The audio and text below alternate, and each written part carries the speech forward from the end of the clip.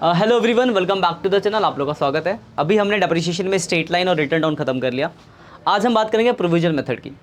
आपके जो बुक के क्वेश्चन है वो बहुत 20 से दिए, मतलब छोटे क्वेश्चन है। 20 से दियो, आपको एक साल का अकाउंट बनाना है। लेकिन उससे पहले एक छोटा सा पहले प्रोसेस समझ लेते हैं प्रोविजन में होता क्या। तो एक छोटा सा एग्जाम्पल लेते हैं। एग्जाम्पल ये मैंने एग्जाम्पल फर्स्ट मान लो 1 अप्रैल 2020 को मैंने एक मशीन खरीदी 1 लाख रुपए की, ठीक है। और 1 अक्टूबर 2021 को एक और मशीन खरीद ली 2 लाख रुपए की, ठीक है। परचेज करी हमने ये। और जो डेप्रिसिएशन लगाते हैं वो 10% पर एनम लगाते हैं स्ट्रेट लाइन मेथड से।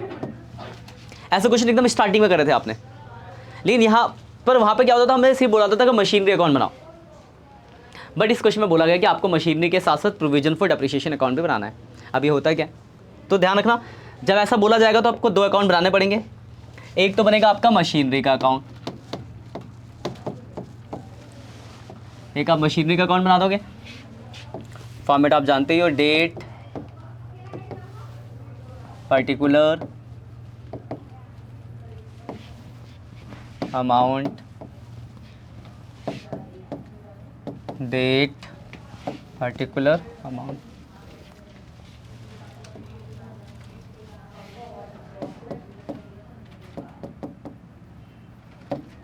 और दूसरा बना दोगे आप provision for depreciation account. Provision for depreciation account, तो मैंने फॉर्मेट बना दिया, फिर समझते हैं इसके आगे।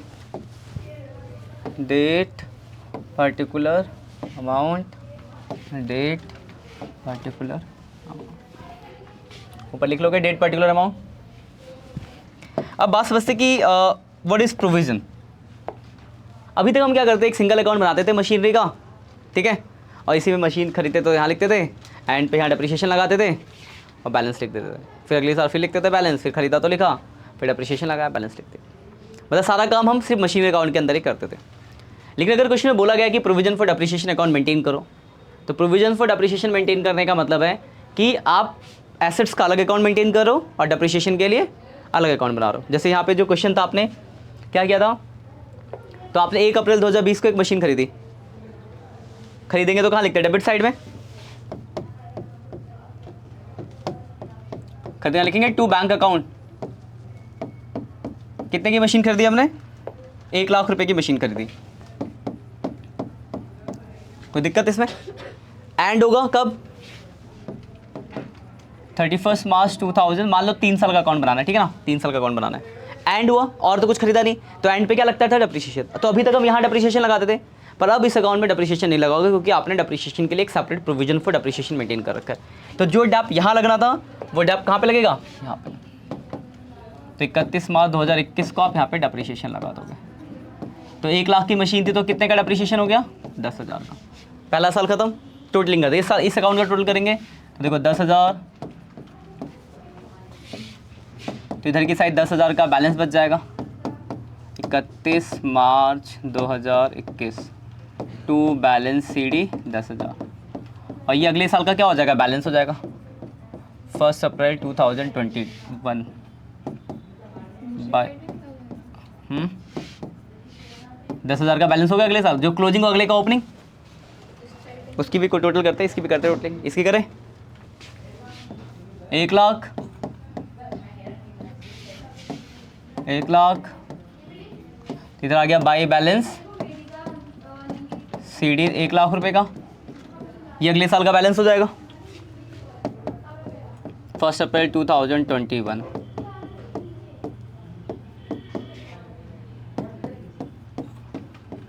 ठीक है, इसका भी बैलेंस निकल गया। देखो ये पहले इसमें 1 लाख की मशीन थी, जो डैप लगाना था आपने लगाया नहीं यहाँ, तो अगले साल भी 1 लाख ही रहेगा, क्योंकि डेप्रिसिएशन आपने कहाँ लगाया, अलग मशीन अकाउंट में लगाया। तो डेप्रिसिएशन में 10,000 लग गया, तो डैप का बैलेंस 10,000 हो गया।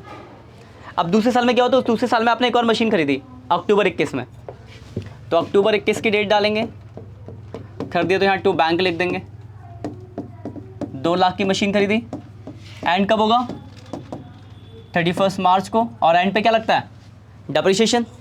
तो यहाँ तो लगाना नहीं है, क्योंकि आपने डेप्रिसिएशन के लिए अलग अकाउंट मेंटेन कर रखा है। तो जो डैप लगाओगे आप कहाँ लगाओगे, यहाँ पे लगाओगे 31 मार्च 2022। और जब डैप लगाओ तो इस बार मेरे पास कितनी मशीन है, एक तो मशीन पहली है और एक दूसरी है। पहली पे पूरे साल का डैप तो 10,000, और दूसरी वाली अक्टूबर में खरीदी तो 6 महीने का डैप लगेगा। कोई दिक्कत? ठीक है, टोटल कर देंगे 30,000 हो गया। तो इस साल के एंड पे जो बैलेंस होगा 31 मार्च 2022 पे वो हो गया आपका 30,000 रुपये का।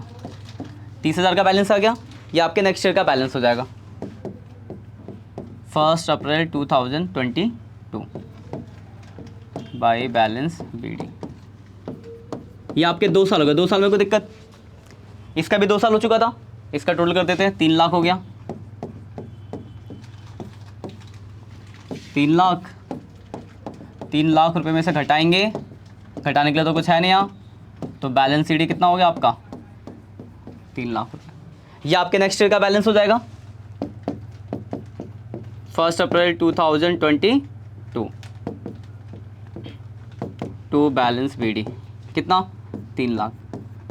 इस साल का एंड होगा 3 लाख का बैलेंस आ गया। इस साल का एंड होगा 31 मार्च 2023 में, और एंड पे लगाते हैं डेप्रिसिएशन। तो भी आप यहाँ ना लगा के कहाँ लगाओगे, यहाँ लगाओगे।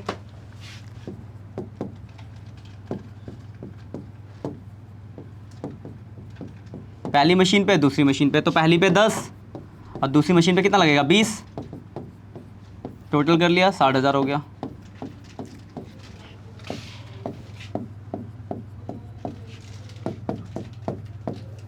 तो बैलेंस CD आ गया 60,000। इसकी टोटलिंग करेंगे 3 लाख हो गया। इसका बैलेंस CD आ गया 3 लाख। तो अगर आप ध्यान से देख रहे हो क्वेश्चन के अंदर जो हमने ये करा है, तो आप कितने भी साल का अकाउंट बना लो, क्या मशीन की वैल्यू में कोई चेंज आएगा? क्यों नहीं आ रहा? क्योंकि डैप तो आप अलग लगा रहे हो। देखो यहाँ डैप जमा होता है, डैप देखो बढ़ता जा रहा है, क्योंकि लग रहा है तो डैप यहाँ इकट्ठा होता जा रहा है, लेकिन मशीन की वैल्यू में कोई चेंज नहीं आया।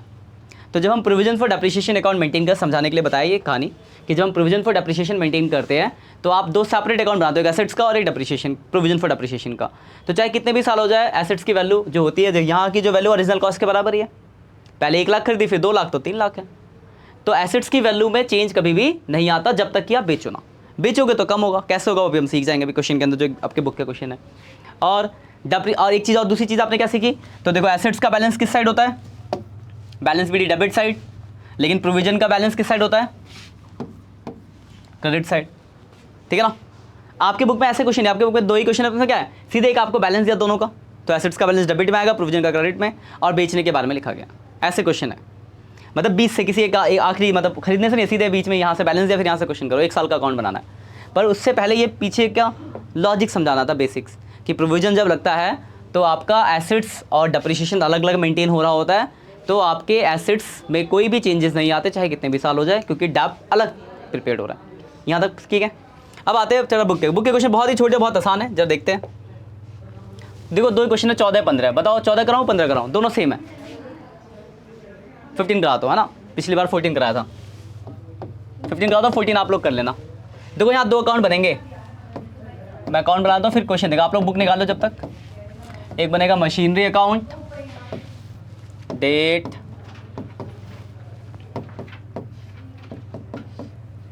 Particular amount, date, particular amount.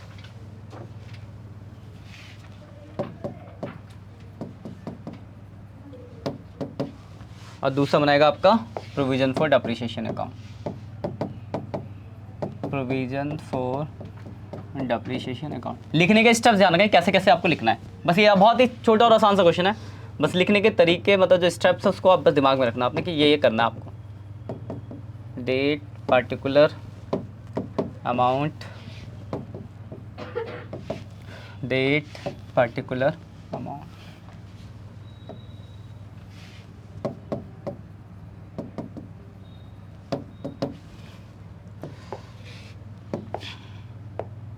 अब जरा क्वेश्चन देखिए 15। तो देखो क्वेश्चन अगर आप देख रहोगे 15 नंबर दिख गया, तो उसमें सबसे पहला काम जो है आपको मशीनरी का और डेप्रिसिएशन का एक डेट को बैलेंस दिया हुआ है। वो डेट क्या है? 1 अप्रैल 2022। मशीन का बैलेंस डेबिट साइड में आएगा, टू बैलेंस बीडी कितना दे रखा है 20 लाख रुपए, 20 लाख रुपीस। कोई दिक्कत? मशीन का बैलेंस से डेबिट में आ गया, कोई दिक्कत? उसी के नीचे प्रोविजन का बैलेंस भी दिया हुआ है, तो प्रोविजन का बैलेंस क्रेडिट साइड में आएगा। 1 अप्रैल 2022 बाई बैलेंस बीडी कितना आप इसका अमाउंट 8 लाख। बैलेंस लिखने में कोई परेशानी है, कोई दिक्कत इसमें? अब नीचे की लाइन पढ़ो, क्या लिखा है? लिखा है ऑन 1 अप्रैल 2022 अब machinery was sold for 5 lakh. हमने अप्रैल 2022 में एक मशीन 5 लाख में बेची है। उसके आगे लिखा वो हमने खरीदी कब थी, तो कब खरीदी है? मतलब एक मशीन है जो 1 अप्रैल 2019 में कितने लाख की थी? 7.5 लाख की। उसको आपने बेच दिया, कब बेचा? 1 अप्रैल 2022 में। कितने में? 5 लाख में। ये लिखा हुआ है ना। अप्रैल 2017 में 19 में खरीदी गई एक 7.5 लाख की मशीन को आप अप्रैल 2022 में बेच रहे हो। उसके बाद क्या लिखा हुआ है? मशीनरी अकाउंट बनाना है and provision for depreciation account बनाना। इससे पता चलेगा कि प्रोविजन है। और लास्ट में रेट दिया होगा स्ट्रेट लाइन या रिटर्न ऑन। स्ट्रेट लाइन लिखा है कितना परसेंट? 10%। देखो क्या करना है, अब ध्यान समझना। पहला अकाउंट में पहले दोनों अकाउंट का फॉर्मेट बन गया, कोई दिक्कत? मशीन का बैलेंस लिख दिया, प्रोविजन का बैलेंस लिखने में कोई डाउट है? अब इसके बाद ये बेचने का वर्किंग नोट आप जानते हो, बहुत बढ़िया से बनाया आपने। तो वर्किंग नोट जो सेल करने का बनता है, ओरिजिनल कॉस्ट ऑफ मशीनरी कब खरीदी थी? ऑन 1 अप्रैल 2019। कितने की थी मशीन? 7.5 लाख की थी। अब बेच कब रहे हो? अप्रैल 2022। तो पहली बार जो डैप लगेगा, डैप ऑन 31 मार्च 2020 में लगेगा। फिर दूसरी बार लगेगा डैप ऑन 31 मार्च 2021 और तीसरी बार लगेगा डैप ऑन 31 मार्च 2022। कोई दिक्कत है बताओ? इस 3 साल का डैप लगेगा, कोई डाउट इसमें? 10% का रेट है, तो 75,000 का पहली बार डैप हो गया, 75,000 का दूसरी बार डैप हो गया, क्योंकि स्ट्रेट लाइन है, तीसरी बार हो गया। तो अगर आप ध्यान से देखो तो जो टोटल डेप्रिसिएशन है, ये टोटल है ना डैप, तो टोटल डैप 2,25,000 रुपये, ये है इसका टोटल डैप। कोई दिक्कत?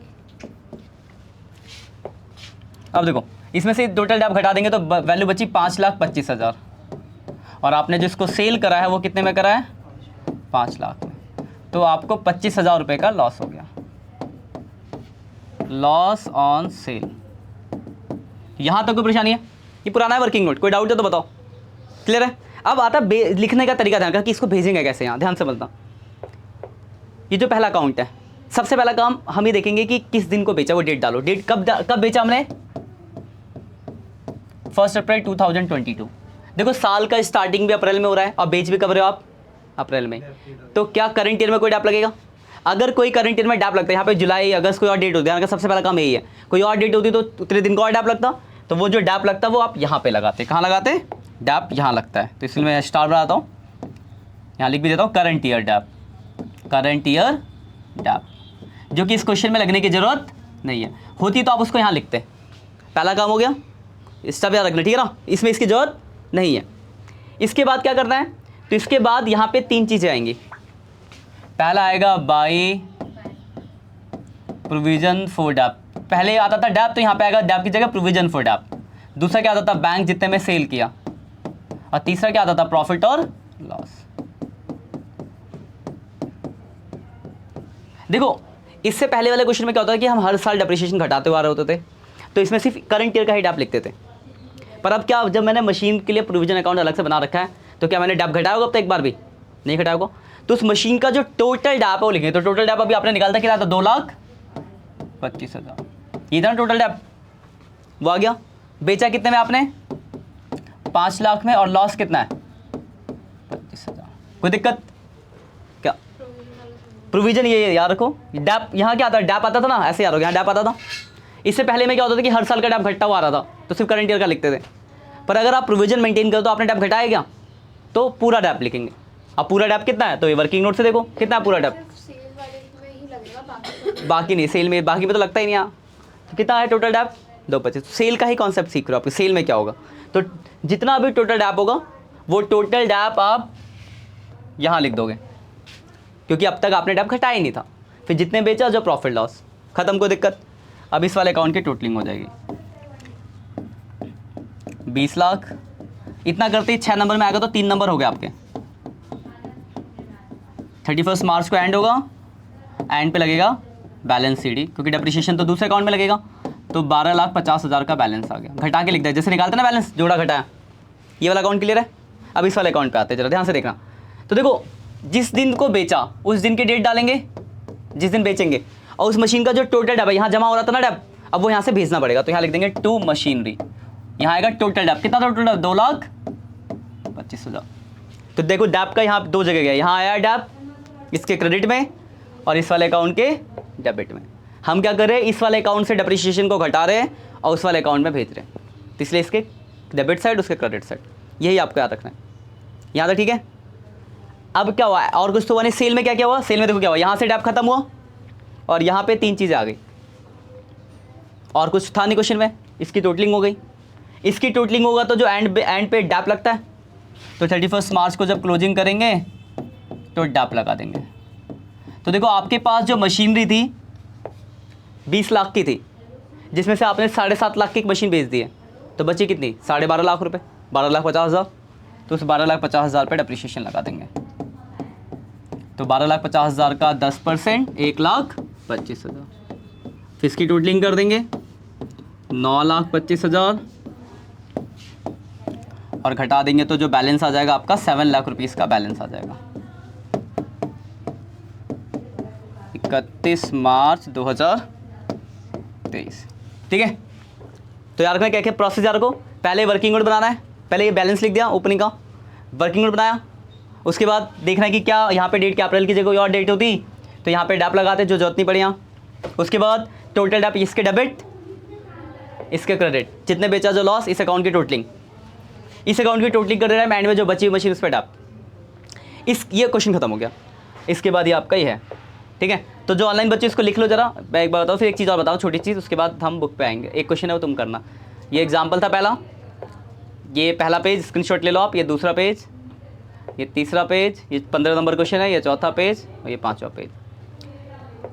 14 जो क्वेश्चन है वो सेम इसके जैसा ही, अगर अब पढ़ के देखना तो वो भी आपको करना है। उससे पहले इस थोड़ा सा और समझ लो। मान लो हमने कोई एसेट्स खरीदा होता, और हो सकता था कोई खरीदा होता इस साल में, तो खरीदा होता तो यहाँ टू बैंक के नाम से आ जाता। ठीक है। और ख़रीदा होता तो उस वाली पे भी एंड पे डेप लग जाता, इतना और एक्स्ट्रा होता। बाकी पूरा प्रोसेस यही रहेगा। तो आपको 2 अकाउंट बनाने हैं, वर्किंग नोट बनाना है, फिर भेजना है, और करोगे तो सीख जाओगे। एक बात ध्यान रखना, इससे क्वेश्चन ज़्यादा नहीं है, सिर्फ 2 ही क्वेश्चन है बुक में। तो है तो आसान, लेकिन क्वेश्चन जैसे स्ट्रेट एंड रिटर्न डाउन में अपने बहुत सारे क्वेश्चन किए हैं, तो आपको याद हो गए। तो इसको याद करने के लिए आपको इन्हीं क्वेश्चनों को 2-3 बार करना पड़ेगा, जिससे आपको यह याद हो जाए। ठीक है। बाकी कोई दिक्कत है तो कमेंट करके पूछना, जो ऑनलाइन हो और ऑफलाइन आप तो आप ऐसे पूछ सकते हो। ठीक है। मिलते हैं नेक्स्ट लेक्चर में, तब तक के लिए बाय बाय।